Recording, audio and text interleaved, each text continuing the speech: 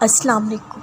اللہ سے مانگنے کے بعد ناممکن کے گمان نہیں رکھتے، مانگنے کے طریقے سکھا کر جو تمہیں کب سے سن رہا ہے تو جان لو ہر کسی سے وہ اتنے رابطے نہیں رکھتا۔ قبولیت کی سحر بھی تب بے حد نزدیک ہوتی ہے جب قبولیت کا یقین دل میں ڈال دیا جاتا ہے اور یقین کے راستوں سے واپس نہیں پلٹتے، کیونکہ یہ سیدھا وہاں جاتے ہیں جہاں اللہ کا کن صداؤں کے انتظار میں ہوتا ہے۔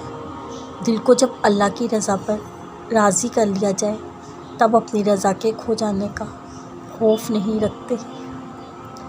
آج اگر کچھ نظر نہیں آ رہا، کچھ مل نہیں پا رہا تو صبر کرو، بہترین وقت پر سب مل جائے گا۔ تمہاری زندگی کی خزاں بہار میں بدل جائے گی، اجالوں کو تمہاری طرف آنے کا راستہ مل جائے گا۔ اللہ واقف ہے تمہارے دکھی دل سے، یہ نمی چھپاتی آنکھوں سے۔ ان قریب تمہارے دل کو خوشیوں کا ٹھکانہ مل جائے گا۔ آنکھیں بند کرو اور کہو سب اچھا ہو جائے گا۔ ان قریب اللہ تمہارے لیے غیب سے راستے بنائے گا۔ ہمت مت ہارنا، تمہاری منزل بہت قریب ہے۔ ہو سکتا ہے یہ تمہاری آخری دعا ہو، اس کے بعد ہر منزل بدل جائے گا۔ ہمیشہ مجھ سے یہ سوال پوچھا گیا کہ وہ من پسند چیز پہ کون کیوں نہیں کہتا۔ ہم انسان ہیں نا، اس لیے بات کبھی نہیں سمجھ سکتے اس ایک لفظ کن کی اہمیت کیا ہے۔ یہ وہ لفظ ہے جس پہ پوری کائنات بنا دی گئی اور ختم بھی اسی لفظ پہ کر دی جائے گی۔ تو کیا اس لفظ کو ایسے ہی کہہ دیا جائے؟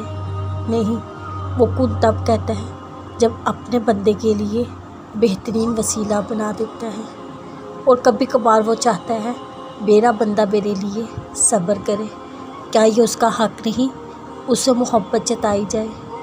اور اصل محبت کی حقدار تو ہے ہی اللہ پاک کی ذات، تو پھر کیوں نہ اپنی کہانی اللہ کے سپرد کر دی جائے۔